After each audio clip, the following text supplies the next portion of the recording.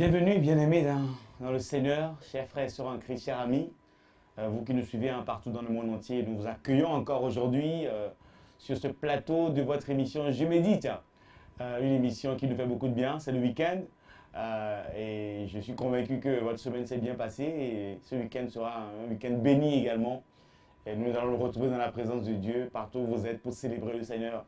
Nous rendons grâce à Dieu. Nous voulons prier le Seigneur pour commander ce temps entre ses mains et lire la parole de Dieu dans l'Ancien Testament. Seigneur, merci que ton nom soit sanctifié encore pendant ce temps et que ton règne vienne. Fais-nous grâce, s'il te plaît. Au nom de Jésus, ton Fils. Amen. Le texte qui nous est proposé aujourd'hui, nous retournons dans l'Ancien Testament, dans le livre de 2 Chroniques, au chapitre 26, les 5 premiers versets.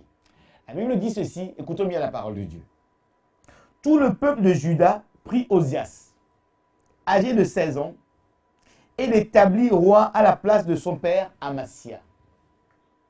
Osias rebâtit Élot et la fit rentrer sous la puissance de Juda, après que le roi fut couché avec ses pères. Verset 3. Osias avait 16 ans lorsqu'il devint roi, et il régna 52 ans, un règne long, 52 ans, à Jérusalem, dans la capitale. Il n'a pas régné dans un coin perdu quelque part, il a régné dans la capitale. Sa mère s'appelait Jécolia de Jérusalem. Verset 4. Il fit ce qui est droit aux yeux de l'Éternel. On comprend pourquoi son règne a été long. Aux yeux de l'Éternel, entièrement comme avait fait Amasia son père. J'encourage un père à continuer de faire le bien, parce que ton fils suivra tes pas. Il s'appliqua à chercher Dieu pendant la vie de Zacharie, qui avait l'intelligence des visions de Dieu. Et dans le temps où il rechercha l'Éternel, Dieu le fit prospérer. Parole du Seigneur. Voilà le début d'un nouveau chapitre. Il commence en même temps avec le début du règne d'un nouveau roi qui est arrivé à la tête du royaume de Juda. Le royaume de Juda qui est le royaume du sud, qui avait seulement que 2 tribus, Juda et Benjamin. Et au nord, nous avons tous les autres tribus qui étaient restées en Israël, dont la capitale est la Samarie. Jérusalem, la capitale du royaume de Juda, au sud. Et la Bible dit, tout le peuple de Juda prit Osias, âgé de 16 ans, et l'établit roi à la place de son père Amasia. Osias rebâtit, il avait déjà commencé à rebâtir la ville d'Élot, et la fit rentrer sous la puissance de Juda. Il a récupéré les choses qui étaient perdues et les ramené sous l'autorité de Juda, après que le roi fut couché avec ses pères. Verset 3, Osias avait 16 ans lorsqu'il devint roi, et il régna 52 ans. Un règne long, je le disais lors de la lecture, tout simplement parce que Osias a pris le temps, non seulement de faire ce qui est droit aux yeux de l'Éternel, comme son père l'avait fait. La Bible dit, honore ton père et ta mère, et tu vivras longtemps. C'est le seul commandement qui est suivi d'une promesse. Honore ton... Là, il est en train d'honorer son père. Je veux encourager quelqu'un à remettre de l'ordre dans sa relation avec son père, à honorer son père. Quels que soient les parents que nous avons eus, quel que soit ce qu'ils aient pu faire, Dieu a voulu passer par eux pour nous faire venir sur la terre. Nous leur devons au moins cette reconnaissance-là. Je parle de père physique comme de père spirituel, bien évidemment. Aujourd'hui, il y a des pères spirituels qui pleurent, des pères spirituels qui souffrent à cause des enfants qui ne reconnaissent plus l'autorité, qui désavouent, entre guillemets, leurs parents spirituels. Je voudrais dire à quelqu'un, remettre de l'ordre à ce niveau. Osias a régné pendant 52 ans parce que la Bible dit qu'il a suivi les voies de son père. Il ne les a pas négligées. Et Proverbe le dit, mon fils, écoute ma voix. Écoute la voix de ton père. Écoute les enseignements de ton père. Non seulement l'objet de la durée de son règne a été le fait qu'il ait écouté son père, mais il y a aussi un élément important. Il s'appliqua à rechercher Dieu pendant toute la vie de Zacharie, le prophète, le sacrificateur, qui avait l'intelligence des visions de Dieu. Il avait un sacrificateur qui avait une particularité. Il avait cette vision-là. Bien aimé, Dieu a mis autour de nous des personnes qui ont cette capacité.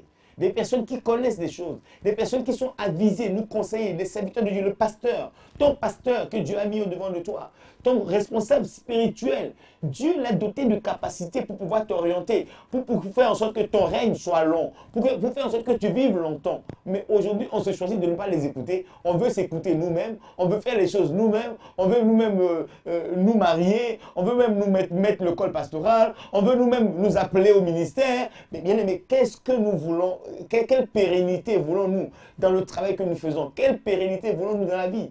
Ici, il a régné 52 ans. 52 ans, c'est pas rien. Et les raisons sont là, évidentes. Il a suivi la voix de son père. Il a écouté la voix du sacrificateur. Et un sacrificateur qui avait une particularité. Et c'est pas fini. La Bible dit, le Seigneur est dans le temps où il chercha l'Éternel. Pendant qu'il cherchait Dieu, Dieu l'a fait prospérer. Oh, bien-aimé, il y en a qui cherchent l'argent. Il y en a qui cherchent l'amour des femmes. Il y en a qui recherchent l'amour de leurs enfants. Il y en a qui recherchent le pouvoir, qui recherchent l'autorité, qui donnent toute leur vie à ça, sans même l'avoir. Ici, pendant que Osias était en train de chercher Dieu, la Bible dit Dieu l'a fait prospérer.